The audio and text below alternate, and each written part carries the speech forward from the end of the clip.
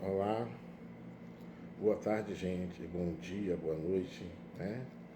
Estamos aqui mais uma vez iniciando a nossa revista semanal, a revista da APNB, que é a revista APNB Pós-TV, né? Hoje teremos o professor Nilo Rosa, né? Professora Célia, né? Já estão chegando aqui, o professor Nilo Rosa está chegando. Teremos outros participantes e a ideia é que a gente possa conversar um pouco hoje sobre as principais temáticas da semana. Professor Nilo Rosa, seja bem-vindo. Diga, professor Romilson, está me ouvindo bem? Estou te ouvindo bem. Agora isso, agora melhorou.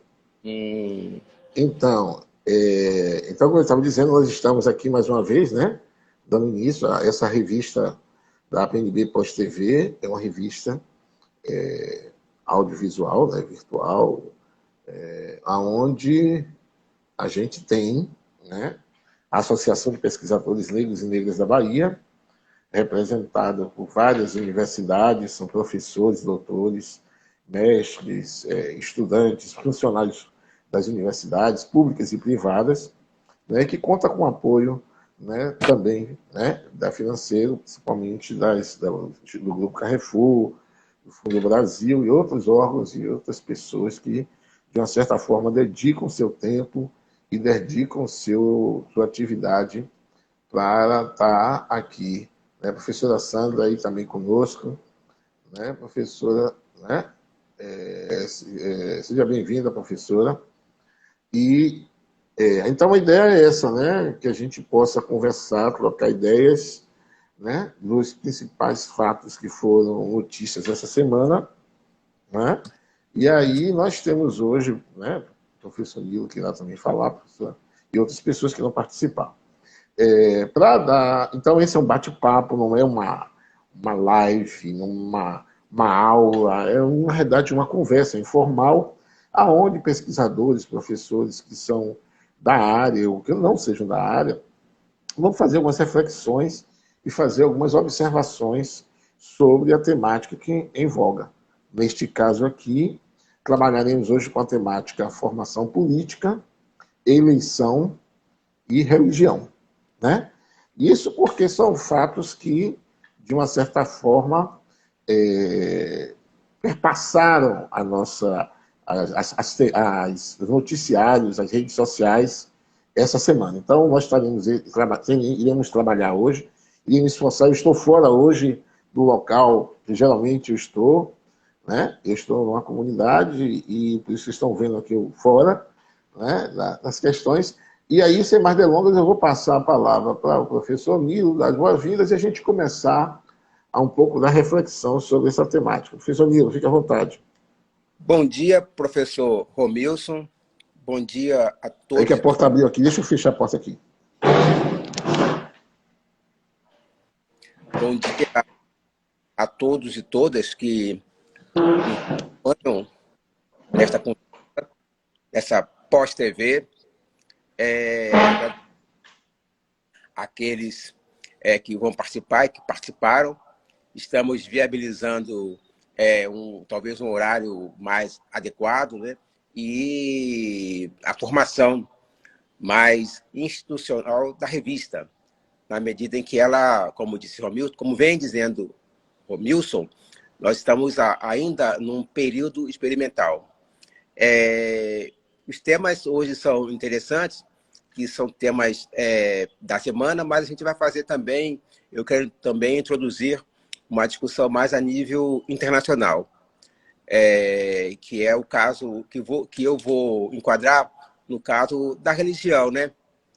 E aí é possível, a questão que eu coloco logo para Romilson, que é um estudioso da religião, né? Tem vários trabalhos escritos.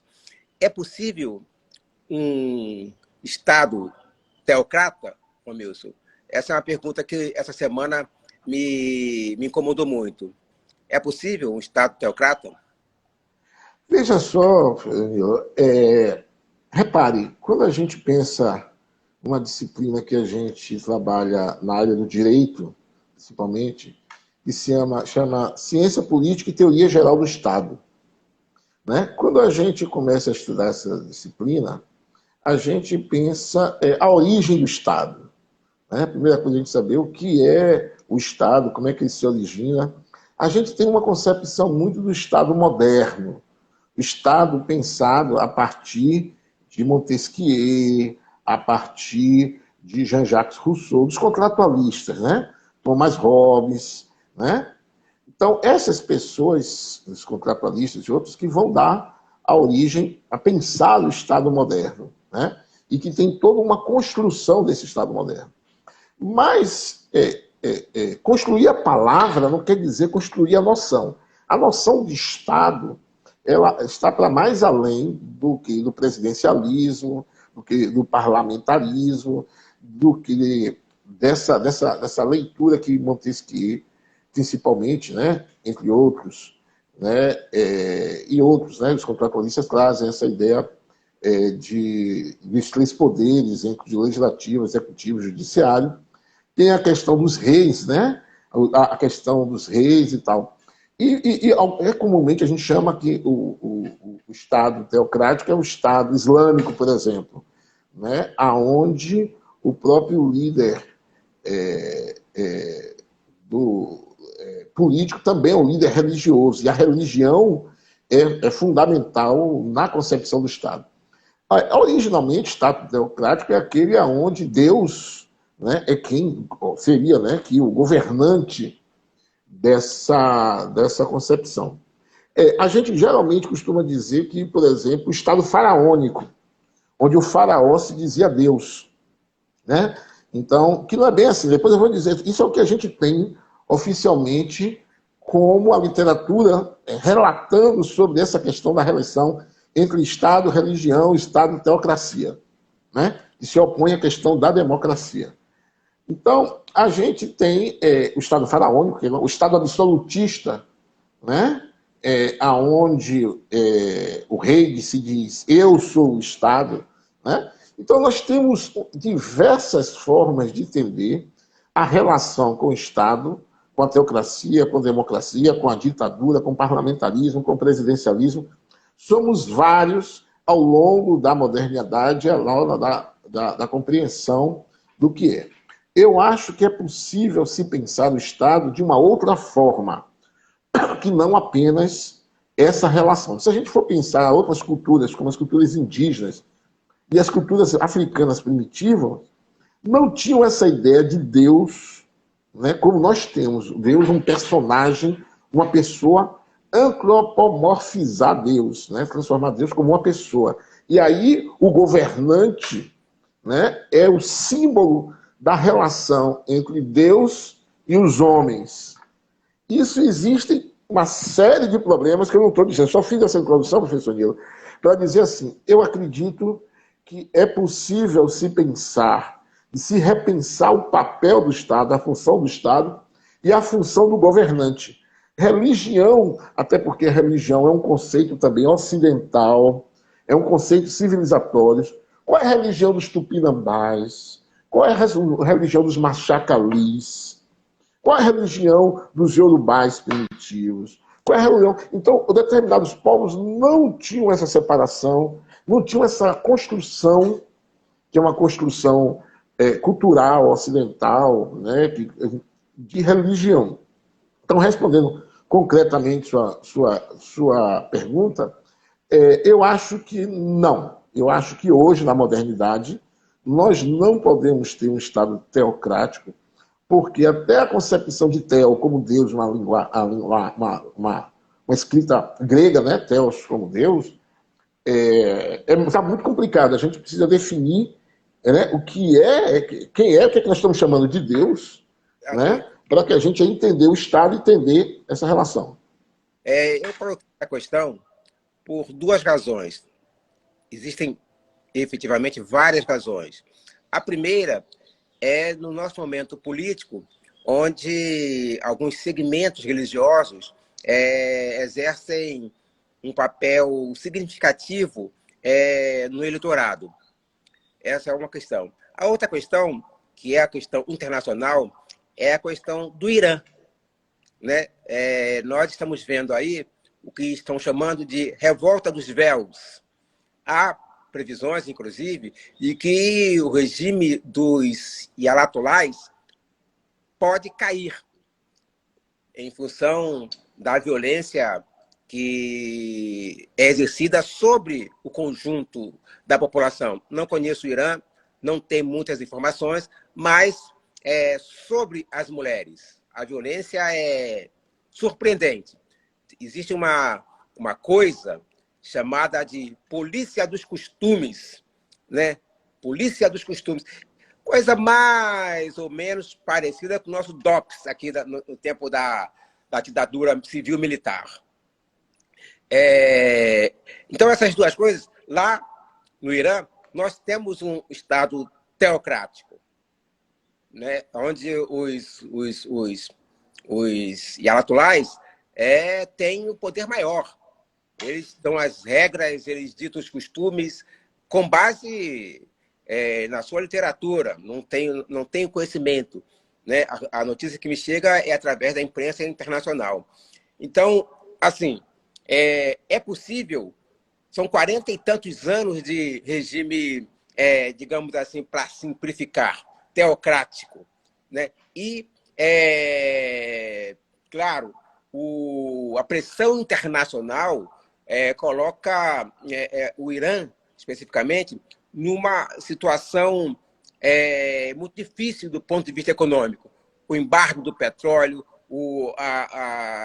as relações internacionais com outros países, isso coloca o Irã numa situação difícil. Mas é necessário compreender, aí é que eu quero levar para o Irã e depois trazer para o Brasil, porque há previsões, há informações de que nós vamos ter, daqui a alguns anos, uma população religiosa de determinados segmentos exercendo uma hegemonia com mais de 50%. Então, por isso eu vou lá para ver que o Estado, né, teocrático, com toda a sua pujança, quase que um Estado teocrático que ele advém de uma revolução, né? A revolução aconteceu. Foi a revolução que colocou um Ayatollah no poder. Aqui, talvez, se as previsões de alguns cientistas se confirmarem, nós podemos ter um Estado teocrático que vai numa evolução religiosa. 15%, hoje fala-se em 30%, em 2040 fala-se em mais de 50%, que vão votar, isso é importante, que vão votar segundo orientação religiosa. Essa é a questão. Vão votar segundo orientação religiosa. Então, veja bem, é possível um Estado teocrático? O Irã está provando que não. Se também os prognósticos internacionais confirmarem que o regime, se não cair, vai balançar. Já está balançando, pode cair. Então, essa é a questão que fica. A minha resposta, a minha provocação é que não é possível. Não é possível. Eu vou deixar... Eu vou concluir, mas eu quero concluir, professor Romilson, colocando o papel da religião, porque aí é que eu quero chegar, porque depois eu vou voltar para o Irã novamente. O papel das religiões na ordem social. Aí eu encerro essa parte aqui. Veja só, Fugênio, eu queria destacar uma coisa, gente. Na minha leitura, primeiro, há uma grande, imensa deturpação do que é o fenômeno religioso. O que é o fenômeno do sagrado, do profano, do mundano. Essas coisas todas são invenção da civilização europeia, né, e da civilização hegemônica. Até porque você, por exemplo, você pode ver que na Bíblia não existe a palavra religião, né? Quando aparece as duas únicas vezes, é uma aproximação e colocando que a religião não está diretamente ligada a ritos, a costumes, a dogmas, não é nada disso. A gente poderia um pouco depois discutir melhor sobre isso. Então, a primeira coisa é desmistificar essa ideia de religião, né? E aí, lógico, são milhares de religiões eu não vou falar cá. Eu vou trabalhar, neste caso agora aqui, com 3 grandes religiões que são religiões do livro, né, como a gente chama, que é a Bíblia, e aí a gente tem o islamismo, que é o Corão, você tem o judaísmo e o cristianismo, né? Então vamos pegar essas 3 expressões da chamada de religião Uma para... pergunta, Diga, pois rapidinho. não. Sim, não precisa não, está sendo gravado, né? Está sendo gravado o programa? Era só isso, só. Desculpe te incomodar. Não, É que eu vou tudo bem, gravar. tudo bem. Está sendo gravado, ótimo. Pode ir. Desculpe. Então são equívocos, porque a religião passou a ser utilizada como instrumento de poder, né? Se transformou em um campo. Isso aí tem vários autores que trabalham nisso, a gente pode pegar quem quiser, né? Foucault e Bourdieu já trabalham isso dentro dessa questão. Tanto Foucault ou Bourdieu como uma questão do campo religioso como espaço social, religião como espaço social e, consequentemente, como espaço de poder e de disputa, ou Foucault como coloca a questão do biopoder, da biopolítica, como o corpo, como a religião se utiliza das relações de poder para controlar o corpo, controlar a vida dos outros. Quando a gente vai para um pensamento afro-brasileiro, quando a gente expande para uma questão mais ampla, a gente pode pensar que a religião, então, é construída como forma e modelo de dominação. Antes do cristianismo, a gente sabe que e aí eu volto a dizer, estou me concentrando nessas 3 religiões, cristianismo, islamismo e judaísmo, né? Estou me concentrando nessas e estou me concentrando na dimensão que são religiões do livro, né? Religiões de um livro, né? E que trabalham mais próximas. Então, eu vou pegar... E que são grandes religiões e que influenciam bastante, tanto nos Estados Unidos, tanto no Brasil, como nos Estados Unidos, como no Irã, no Iraque, em todo o Oriente Médio, que é o islamismo. Então, a primeira... E aí fica fácil a gente discutir nesse recorte que nós estamos fazendo. Então, desde a antiguidade, os sacerdotes, os chamados escribas, professora Célia Sacramento está aqui chegando também entre nós. Professora Célia, fique à vontade para entrar. Deixa eu só colocar a professora Célia aqui, né, entre nós, e aí continuarmos, né, aqui entre nós. Professora Célia. Olá, olá, bom dia. Estou aqui só passando o aviãozinho. Eu também já passei os meus. Então, estamos ouvindo sua sala aí, professora. Aí agora. Pronto. E aí, como é que estão vocês? Tudo bem? Tudo bom, seja bem-vinda. Estou aqui com meu irmão, professor Rafael Oliveira, assistindo. Ele não tem Instagram. Muito prazer. Bom dia, Rafael. Seja bem-vindo, Rafael. Você vai lá comer o caruru da casa do professor Edilo Rosa, e ele está aí com o professor Romilson, realizando essa live sensacional de Associação dos Pesquisadores Negros. Estava ali numa missão familiar, mas estou aqui firme e forte com vocês para fazermos esse nosso diálogo, né, de todo domingo. Bom, professor, o tema hoje, formação política, eleição e religião. O professor Nilo traz uma questão sobre o Irã e a relação do papel da religião nas relações políticas, nas relações de poder. E eu estava falando justamente de 3 grandes religiões, que são o judaísmo, o cristianismo e o islamismo, como elas são religiões do livro, né, de um livro, que é a Bíblia, o islamismo a partir também do Alcorão e de Abraão e de Maomé, que são os grandes pais também lá, né? Temos também a questão das religiões cristãs e do judaísmo. E aí eu estou dizendo justamente como a religião tem sido espaço de relação de poder, né?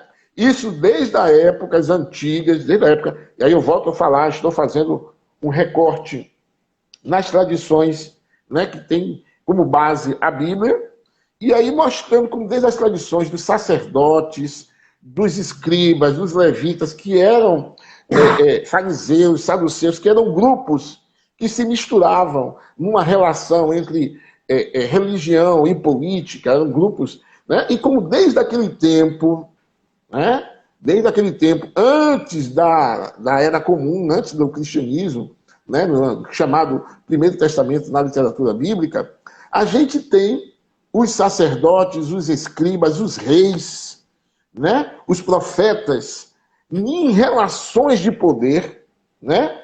Que eram, já naqueles tempos, intensa. A relação entre o profeta, a relação entre o rei, o sacerdote, o levita, o escriba. No Novo Testamento temos os fariseus, os saduceus. Então, eram grupos que haviam também disputa pela hegemonia do discurso chamado religioso, da norma chamada religiosa, das tradições. Então, só para passar a palavra, professor Nilo, para não demorar muito, que eu hoje eu queria ver se a gente... Oi? Você demorou muito. Oi? Já demorei? Professora Célia. Então, ótimo, tá bom, já estou passando a professora Célia. Então, só para chegar, professor Nilo, então eu acho, sim, que é um equívoco como está sendo interpretada a religião, o que nós temos hoje em dia. Me permitam, me perdoem, não cortem minha palavra no meio, assim, se alguém fizer edição, do que eu vou dizer, mas nós estamos vivendo um cristianismo fascista. O cristianismo hegemônico, ele é um cristianismo deturpado de um fascismo que se misturou a um cristianismo.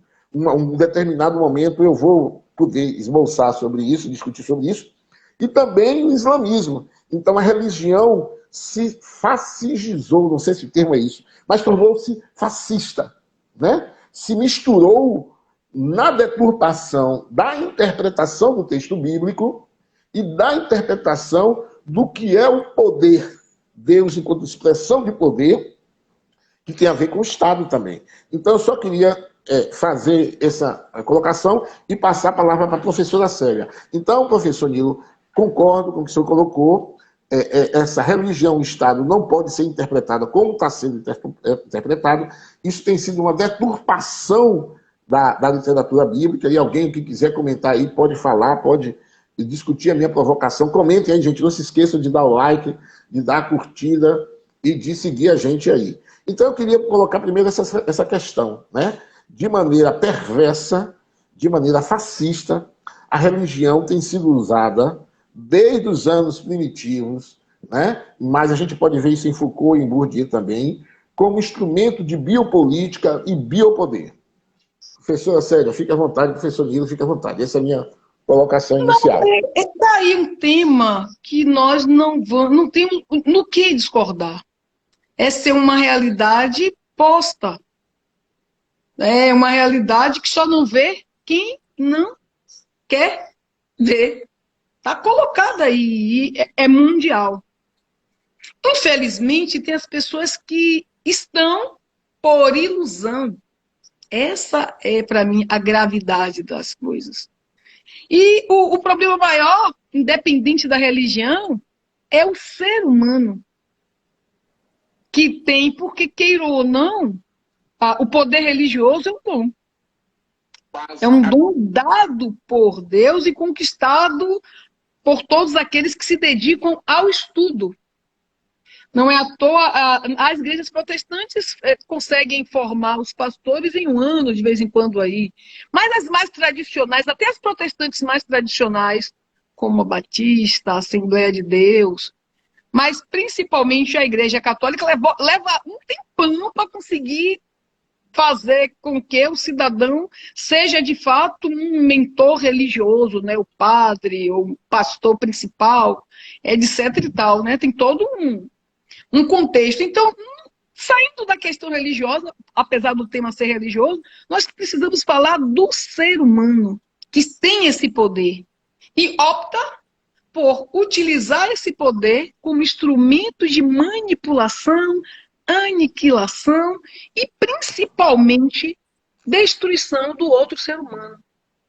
E isso se mistura com as questões políticas. Esse foi um dos grandes avanços que nós tivemos aqui no Brasil, quando a nossa Constituição Federal de 88 deixou claro: nós vivemos num Estado laico, onde todo mundo tem o direito de escolher a sua religião. Só ficou escrito.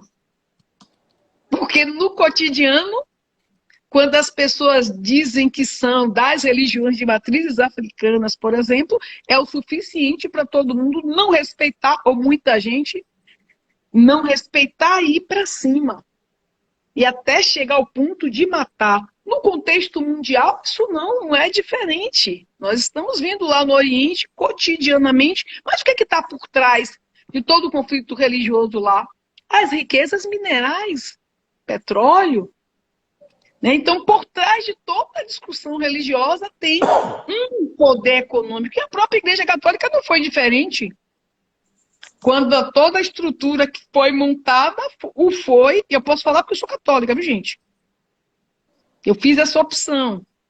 Olha que eu sou bisneta de menininha do Cantuá, sou neta de mãe e senhora de Praia Grande, que fez 100 anos esses dias, agora no mês de setembro, né? Mas eu fiz a opção em ser católico. Eu tenho um padrinho que é padre. Por sinal, até participei da missa dele há poucos instantes. Por isso que cheguei um pouco atrasada aqui. Eu estava na missa. Então, não é aqui nós também vivemos este mesmo problema. A falta de respeito. E aí, professor, eu não faço corte nenhum. Entre todos. Nós precisamos nos respeitar. E aí o super valor que eu dou às religiões de matrizes africanas, o candomblé. Quando conseguiu o exemplo de respeito religioso para o mundo, chama-se o candomblé daqui da Bahia e do Brasil.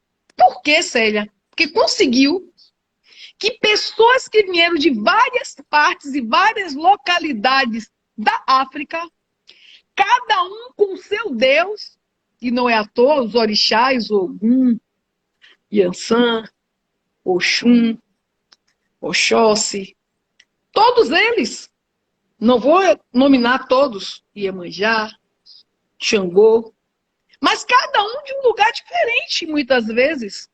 No entanto, todo mundo estava aqui escravizado. E aí o pessoal diz, a gente tem que se unir, viu? Nós temos que nos unir. E foi nessa união que se formou. E quando eu saio do país, professor Romilson, eu falo assim, a última vez que eu saí, por exemplo, sempre que eu faço minhas palestras, que vou falar do Brasil, eu não deixo de passar pela questão religiosa. E a última vez que eu fiz uma palestra nos Estados Unidos, na Auburn University, eu falei sobre cultura e diversidade. E aí apresentei para africanos e americanos e pessoas de outras partes do mundo, num evento, eu apresentei o candomblé da Bahia, apresentei as igrejas protestantes na Bahia e apresentei também o catolicismo. E o pessoal, como é isso aí não lá no Brasil, é muito sincrético. Aí quando eu mostrei os detalhes do cotidiano nosso e a manutenção das questões religiosas de origem africana, os africanos tomaram um susto, porque eles saem de lá, já falei isso aqui em outras lives, saem da África e vão para os outros lugares como protestantes. Eu nunca encontrei nenhum aqui no Brasil, nem nos Estados Unidos, não, eu cultuo as religiões, a não ser aqueles que vêm para participar dos eventos. Quando eu era vice-prefeita, encontrei o nigeriano lá, tal, que veio para cá, alguns, né, assim, na atividade política. Mas na atividade acadêmica eu nunca encontrei. O pessoal diz que isso é coisa do passado. E, de repente, quando eu comecei a mostrar, o pessoal, não acredito. Você me leva lá para conhecer a Bahia? Claro que eu levo. E eu trouxe, né, a coordenadora de Cultura e Diversidade aqui na Bahia, levei para conhecer o terreiro de Candomblé. Para ver, a mulher chorava assim, ó, das lágrimas descerem. Eu disse, só que a gente não tem poder político. Nós não temos. Mas demos manutenção à cultura, com muita resistência. Não foi assim, né? Albel, prazer, não. Foi com muita luta. Muita gente tomando porrada de polícia, porque não podia tocar os atabaques. Então, quer dizer, foi muito duro, mas nós conseguimos. Mas, professora... E a partir da... Conseguimos dizer, estamos aqui. Toda hora vem um caso de alguém que sofreu um problema porque o conflito entre religião africana, de matriz africana, e os protestantes. Diga, professora, professor. eu queria aproveitar e provocar numa situação, né? Primeiro dizer que concordo plenamente com tudo que a senhora falou. Eu acho que as igrejas têm um problema com um projeto de poder, né, e não um projeto de transformação das pessoas. Mas essa semana aconteceu um fato, que por isso nós estamos aqui, e que o presidente esteve num evento, né, de Nossa Senhora da Aparecida, e que utilizou desse momento, né, como palanque, né, um amplo desrespeito à prática religiosa, né? Então a pessoa parece que não soube separar o que é o momento religioso, o que é o momento do sagrado, da consideração, da manipulação política do fato. Sem falar no nome do sujeito, né, como a gente combinou, mas de vez em quando dá para dar uma escapada. O que é que a senhora acha disso? A senhora acha que ele está... A senhora já foi política, vice-prefeita, e sabe mais ou menos como é que é isso, professora? Como é que Olha, é essa questão? O professor Nilo quer falar também. Deixa eu fazer uma questão antes da sua fala, porque a professora falou uma coisa muito importante sobre o Irã. Depois você pode entrar na sua questão, Ramiro, que você colocou aí. Mas eu queria apenas fazer uma colocação a partir de algo que a professora falou, que é o que está por trás do conflito religioso no Irã, que são as riquezas, né, minerais. Eu concordo plenamente com você, Romilson, e com a professora, e acrescento, o que está por trás do conflito religioso no Brasil são as riquezas do Brasil. Também, que talvez tenha tanto quanto mais não tenha a quantidade do que o Irã. Essa é que é a grande verdade. Tá? A professora trouxe isso, a discussão do Estado laico, eu me remeto aos Estados Unidos, o Estado, que é o maior perseguidor do Estado teocrático. Mas lá, o presidente, ao tomar posse, jura sobre o quê? Sobre a Bíblia. Não é verdade? Ora, os Estados Unidos são um Estado laico? São. Mas, o ritual está lá colocado, o respeito está lá colocado.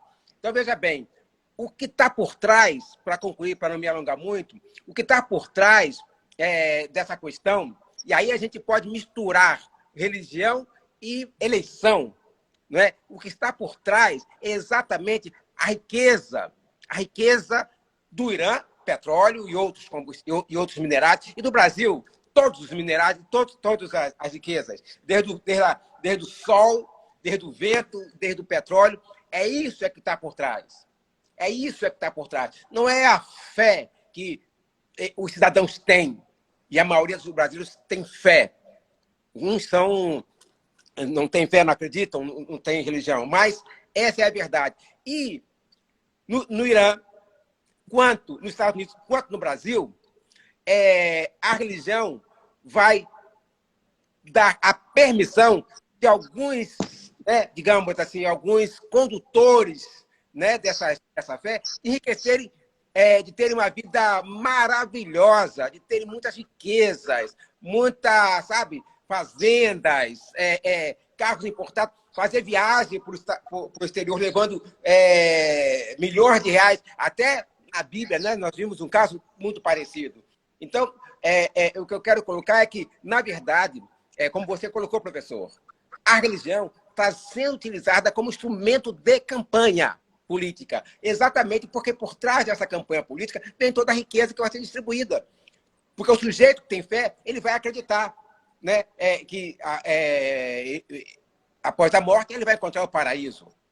Não é isso? E aí ele pode passar a necessidade total aqui na Terra, enquanto seus condutores nadam na riqueza. Eu só queria fazer essa intervenção antes da professora... Pois é, professor. Eu ia fazer o link com o Brasil, né? Falando também das riquezas, eu concordo plenamente. Haracô está dizendo aqui uma afronta, sempre demonstrando falta de respeito. Primeiro, por ter ido lá. Para mim, se ele apenas fosse lá para fazer uma oração e desse o marketing, que na agenda do dia ele passou lá na Nossa Senhora Aparecida, já não ficaria bem? Quanto mais usar da palavra. Foi o cúmulo dos cúmulos, e isso foi muito bom para mim, para os católicos que são adeptos a ele, entenderem o que é que está por trás dos interesses dele. Quando é que é conveniente, quando não é conveniente. Eu sou uma pessoa da política, eu fui vice-prefeita da cidade do Salvador, e com todo o envolvimento que a minha família, que os meus familiares têm, e uma série de grupos religiosos, da Igreja Católica, da Igreja Protestante, porque eu tenho metade dos meus irmãos são todos protestantes, né, há muito tempo. Acabei de falar, né, das questões de origens africanas. O meu padrinho é um padre de 93 anos que faz um trabalho belíssimo na Igreja da Trindade, que fica ali na São Joaquim, uma igreja abandonada. Ele trabalha com as pessoas em situação de rua. Conheço. Joãozinho, cara, ele trabalha, então aquele padre dali, não é o mais jovem não, que tem um João que é mais jovem, tem uns 65 anos, e tem um de 93.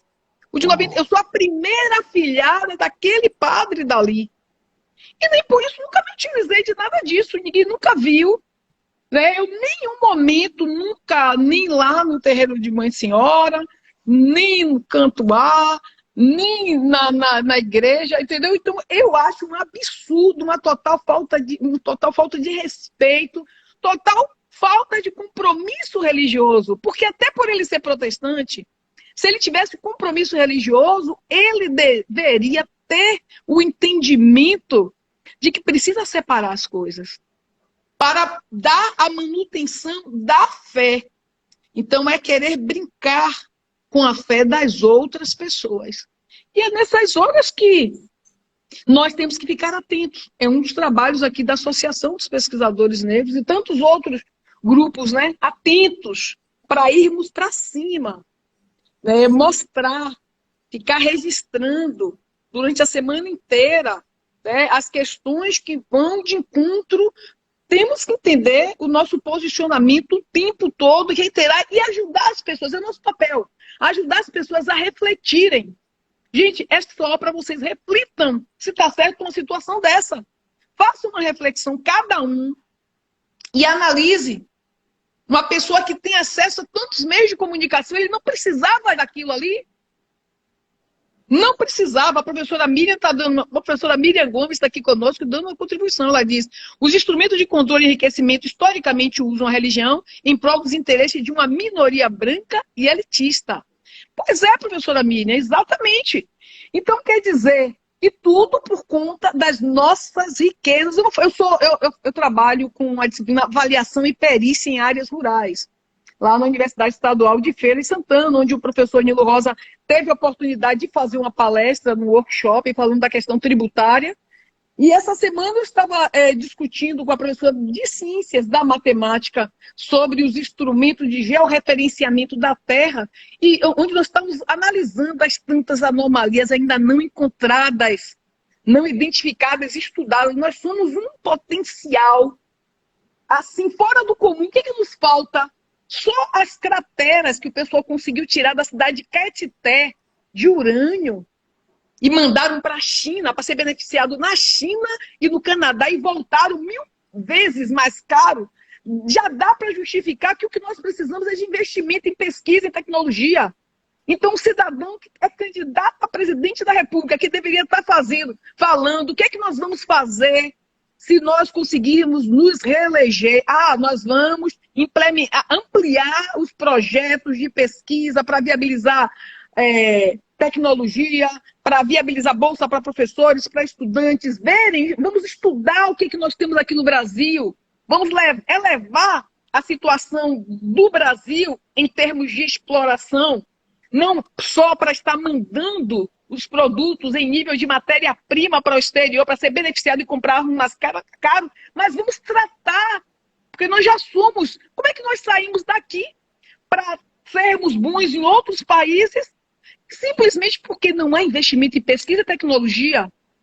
Então eu penso que as religiões têm feito esse... Mas eu não vou culpar as religiões, não. São os seres humanos. Nós temos que respeitar as religiões todas, porque o direito pessoal, cada um tem o direito de escolher a sua religião. E até na Bíblia, que é o livro mais antigo e conhecido nessa discussão cristã, né, a partir de Jesus, está claro, o livre-arbítrio. Então, só nesse pontinho já dá para nós entendermos, cada um escolhe a religião. E pronto! E vamos viver a vida buscando o melhor para o coletivo. Aí vem um cidadão e vai usar um espaço como espaço político. Então, totalmente errado. E nós vamos continuar torcendo, né, para que os brasileiros continuem nessa firmeza de não o recolocar. Nós precisamos trazer o presidente Lula de volta. Só temos esse caminho. 13. E aproveitar, e 13 também na Bahia, porque 13 e 13 vai ficar tudo alinhadíssimo. E 2024, 18. Isso. Então, professora, mais uma provocação então aqui. A professora falou que o Estado é laico, concordo, tem que ser laico. A gente tem até um problema, né? Porque a gente tem hoje na BNCC o ensino religioso, né, e a discussão religiosa sendo introduzida nas escolas. Mas isso é uma coisa que a gente vai discutir. E aí eu queria perguntar ao professor Nilo também, se a formação política, será que nós não precisamos retomar, né, a necessidade de fazer uma formação cidadã? Eu acho, inclusive, aí o desafio da Associação de Pesquisadores Negros e Negras da Bahia, de ser esse espaço de formação democrática, de formação cidadã, aonde as pessoas consigam entender. Eu queria gastar um pouco de tempo aí, hoje eu vou ver se eu não preciso. A gente não passa muito do tempo, porque eu tenho uma reunião, 12 horas e algumas coisas, eu queria aproveitar, ouvir o professor Dilo e professora Célia, a respeito dessa ideia da formação política, né? O que é que vocês acham da importância para sanar essas deturpações que a gente tem sobre a laicidade do Estado, sobre a intolerância religiosa? Como é que os professores veem isso?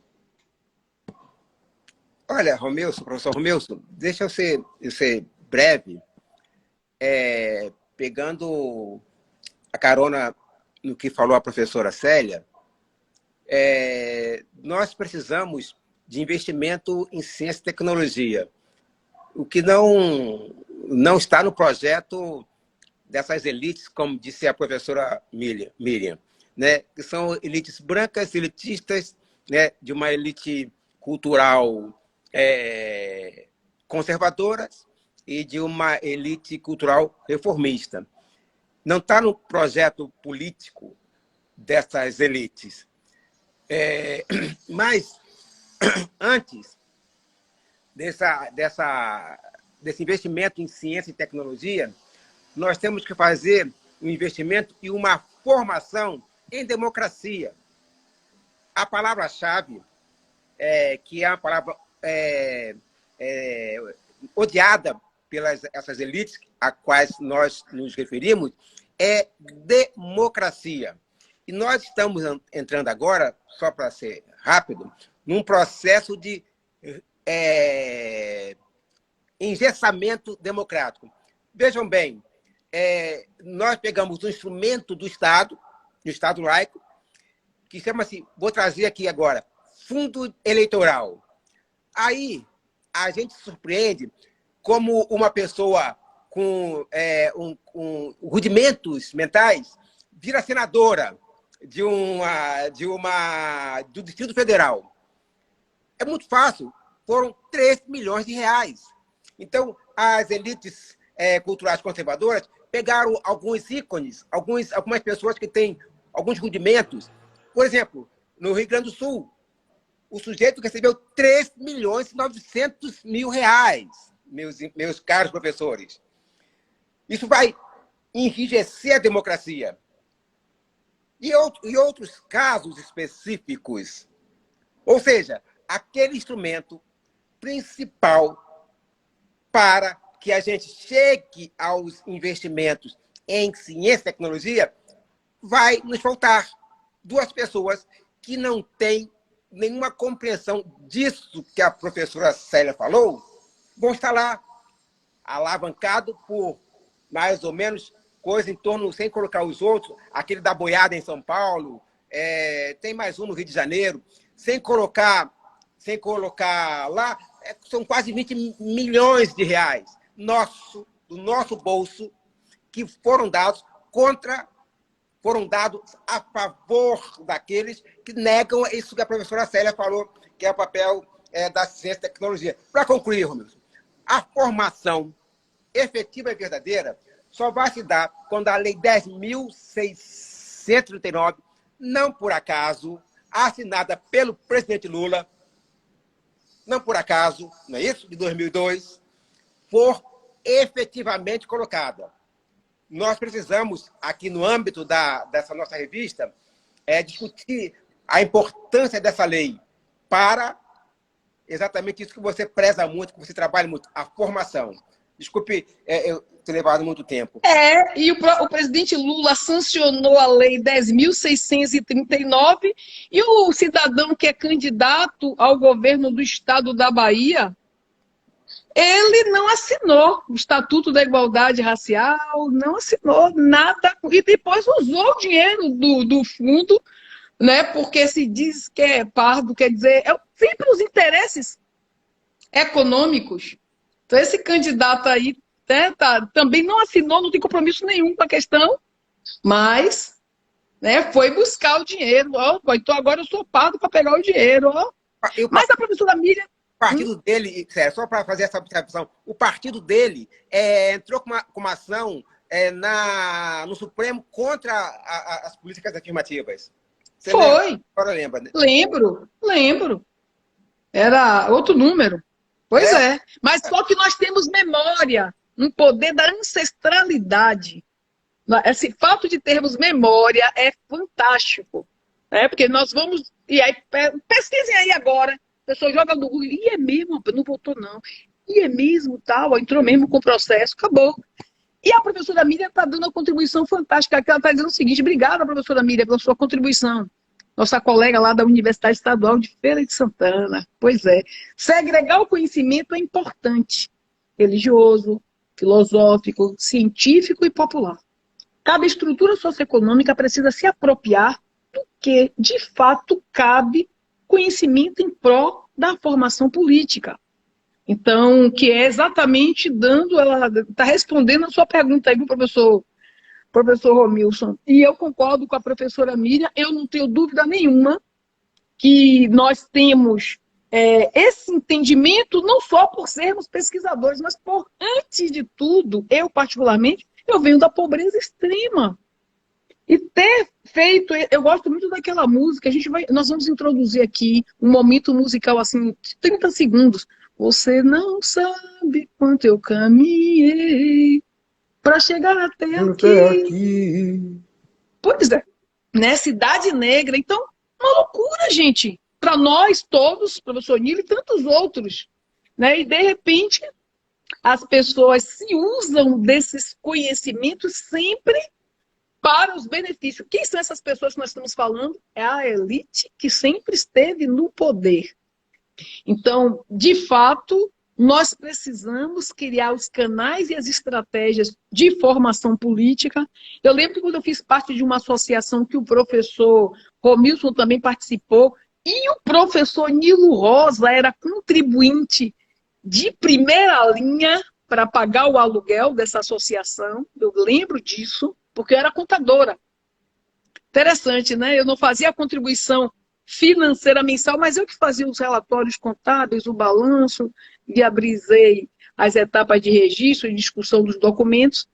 E lá, entre o processo de formação, tinha um momento chamado CCN, Cidadania e Consciência Negra, onde nós dizíamos, olha, nós estamos fazendo todo esse esforço, as pessoas que já passaram por esse caminho, colocaram o pé na porta e estão ajudando, ou vêm para aqui dando aula, ou ajudando financeiramente, ou outros com outros trabalhos, porque vocês também precisam ter uma missão na sequência. E agora eu, o professor Romilson e o professor Nilo Rosa, no auge dos nossos mais de 50 anos, estamos dizendo que estamos segurando o bastão aqui daqueles tantos outros que já passaram por aqui, para quê? Para viabilizarmos que todo esse processo de construção do conhecimento também ajude na formação política, para que os nossos não continuem dando força para pessoas como esse cidadão que está se colocando candidato aí e nem respeita as religiões. Não respeita dos outros, nem respeita a deles, não respeita... E quando não existe respeito em lugar nenhum, nada vai para frente. Então, a base de tudo é a questão do respeito. Mas estão aqui conosco Josefina Castro, Josias, Rai Cunha, Natanael. Sejam bem-vindos. Estão aqui conosco também Lu Almeida, a Rede Sustentabilidade. Então, pode ser aqui na rede a nossa presidente Araci Dias, mas eu não tenho certeza se ela que está aqui com a gente. João. Está aqui Marcelo, Guim, Ares, estão aqui conosco, Estevam. Prefeita Josefina. Maria, nossa prefeita Josefina, lá diretamente do extremo sul da Bahia, né? A cidade de... estou querendo lembrar o nome da cidade. Acho que é Guaraci. Guaraci, salve, salve, seja bem-vinda, minha querida. Professora. Lu Andrade, o Drake. E prefeita. Mas que legal, que beleza, que beleza. E, na realidade, é ex-prefeita, né? Quem é rei sempre é majestade. Eu, até morrer, serei vice-prefeita de Salvador 2013 e 2016. Não tem como tirar esse título aí. Gente. Rômulo Santos está aqui com a gente. Deixa eu ver quem mais. Yuri Alves, Haracô, já tinha falado. Gente, muita gente boa conosco. Sandra, professora Sandra. Gratidão total, pessoal, pela presença de vocês aqui conosco. Ainda não acabou o programa, não. Hoje nós estamos falando sobre o poder religioso, a falta de vergonha de alguns políticos que usam da religião para ganhar voto. Isso é muito antigo. Tem algumas religiões, eu não vou citar o nome, mas que já tem os votos já certinho nos templos. Tem isso há muito tempo, que inclusive elege o mesmo candidato sem fazer esforço nenhum. Todo ano ele é reeleito porque já tem aqueles votos daquele pessoal ali, que é porque foi Deus que mandou. Quer dizer, é um absurdo. Mas agora eu sou uma pessoa de fé. E eu acredito que aqui se fez, aqui se paga. Então vamos... Eu tenho fé, gente. Eu sou cristã, eu acredito muito nisso. Mas Pel está aqui, muita gente maravilhosa conosco, professor Romilson.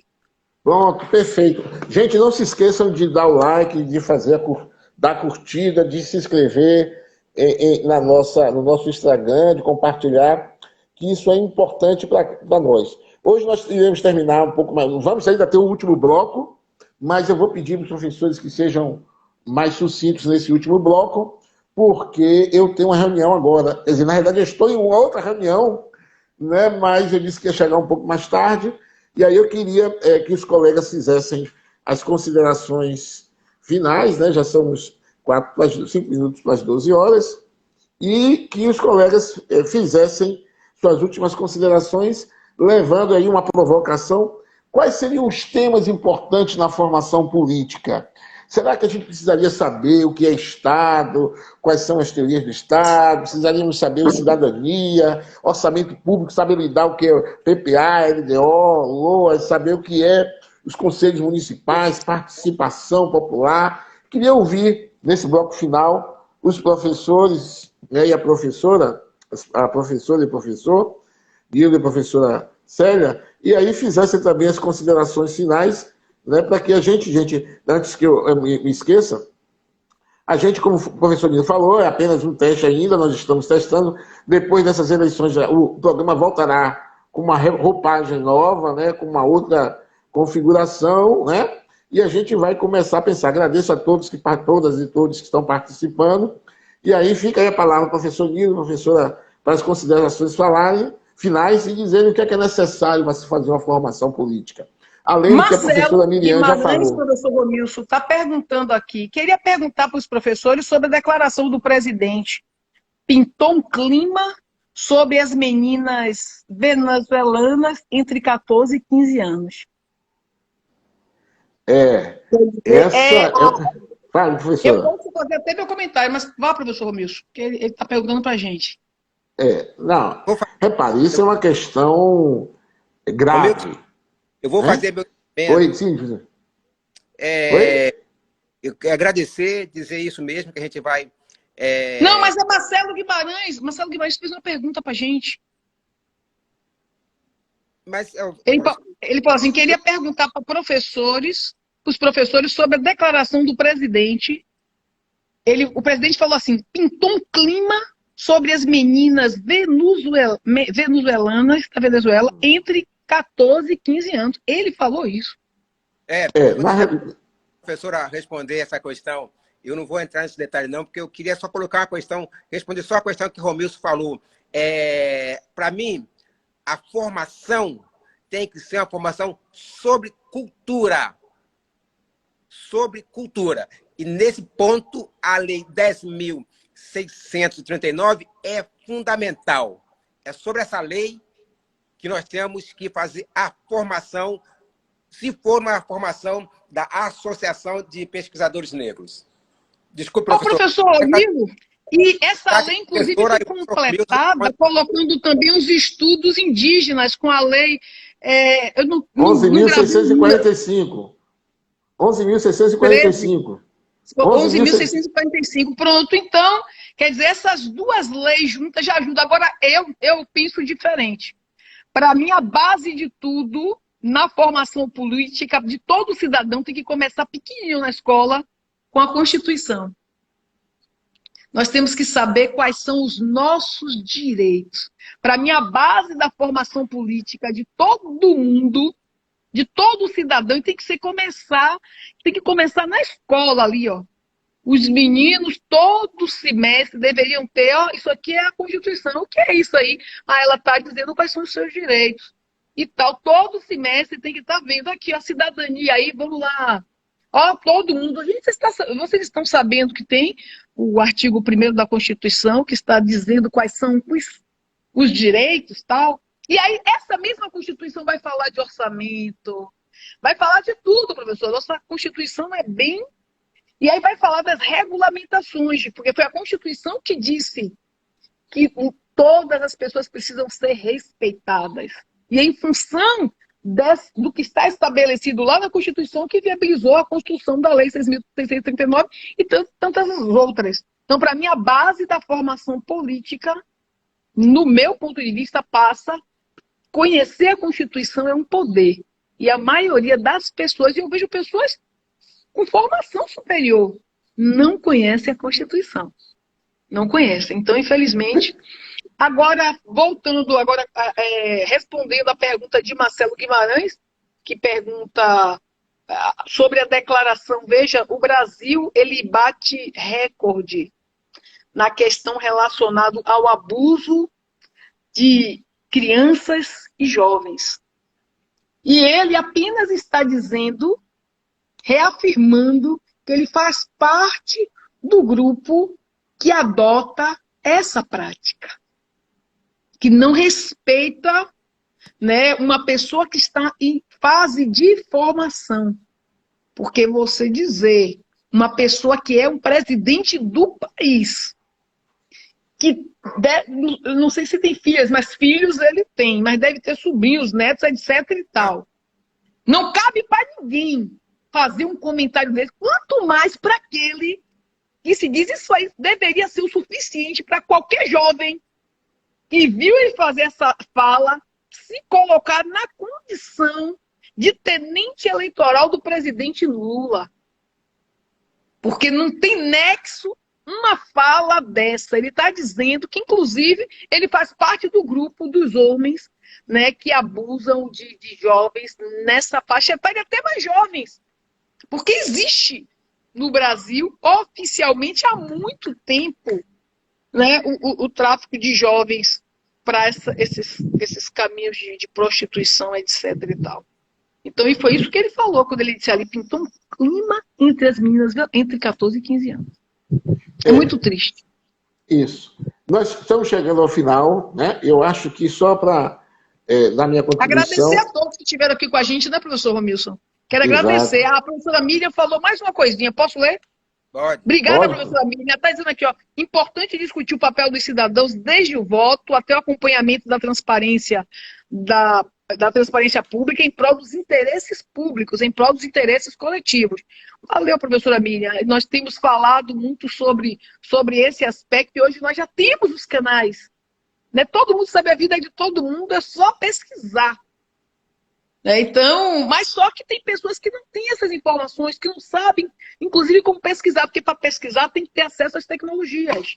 Eu tenho dito, da mesma forma que todos os lares devem ter uma televisão, em tese, deveriam ter computador. Todo jovem se matriculou na escola, material escolar, um tablet, um celular e a rede de internet. Mas não regrado, com acesso mesmo, para pesquisar tudo. Ó, se você responder as questões tais da sua atividade, você fica com X de crédito para ir para Instagram, para Facebook, o que você quiser. Se quiser mais, volte, vá, estude mais um pouquinho, responda questões. Isso não é um projeto de Célia, não.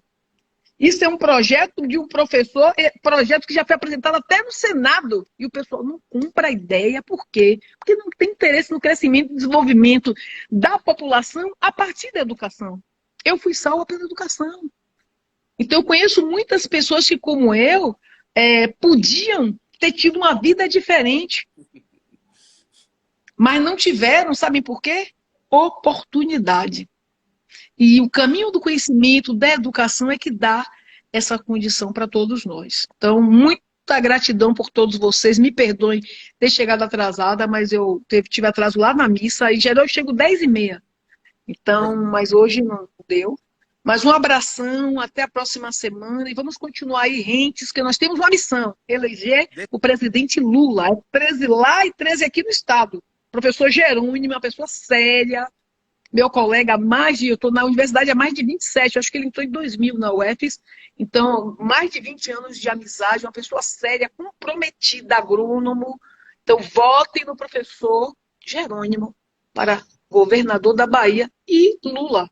Romilson, 13. Rápido. 2 comentários. Na verdade, 3, mas serão rápidos. Vou começar pelo último. Professora Célia, eu fui salvo pela democracia. A democracia do concurso público. Não é?